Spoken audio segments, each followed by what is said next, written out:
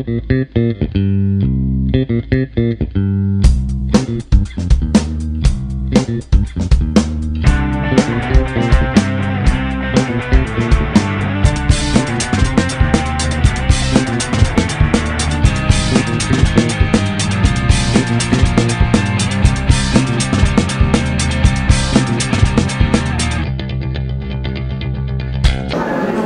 Michèle Corot, vous êtes la présidente du festival.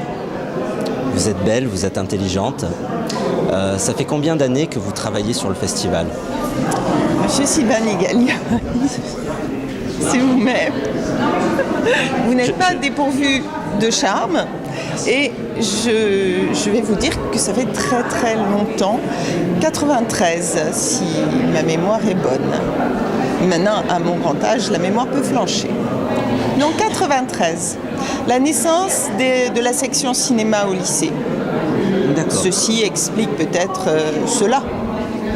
Donc moi aussi j'ai un peu bu du vin, donc j'ai marqué des notes. Donc vous en avez pas marre du festival?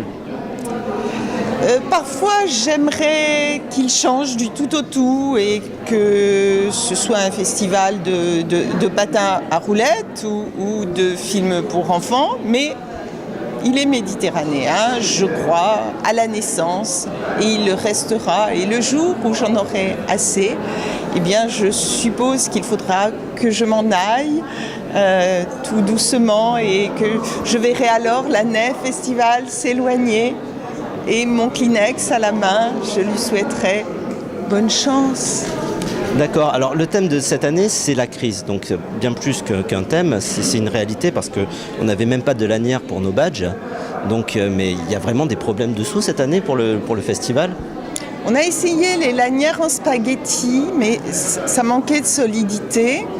Et d'un autre côté, la crise, ce n'est pas un thème, c'est un vécu existentiel.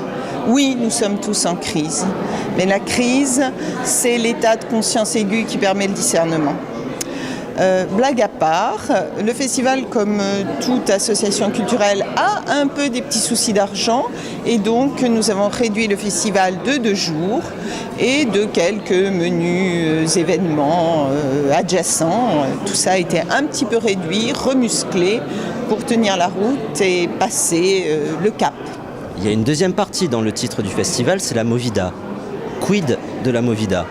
La crise toute nue, ce serait à désespérer, mais cette crise, nous allons prendre appui sur elle pour bouger, voilà, pour innover, pour être dans le mouvement. Donc, et la Movida nous semblait la bonne image d'une culture qui pense les plaies, qui crée, qui réinvente le monde, qui le réenchante. Et c'est ce que nous voulions faire. Alors vous qui êtes la patronne, que dis-je, l'égérie du festival, j'aimerais que vous m'indiquiez les temps forts qui sont à venir dans le festival. Mais je pense qu'il ne faut absolument pas rater Lebanon, le film israélien, pour tous ceux qui ont été touchés par Valse avec Bachir. C'est le même sujet et c'est un point de vue très particulier des jeunes combattants israéliens dans leur tank, un huis clos dans un tank. Et c'est un film très très fort. Maintenant, la rencontre avec Victoria Abril, qui n'est pas en promotion, qui ne vient pas défendre un film, qui ne vient pas faire un tour de chant, qui vient pour venir, qui vient pour le Festival Artema. Je pense qu'il faut s'inscrire et être là. Ce sera un grand moment. D'accord. Et l'avenir du festival, vous voyez quoi?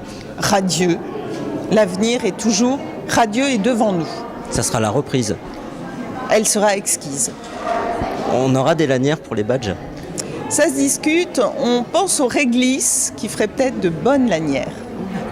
Bon ben, Madame Corot, merci beaucoup. Monsieur Nigaglione, c'est moi qui vous remercie. Non, c'est moi. Non, Non, c'est moi. Non, mais je suis très touchée.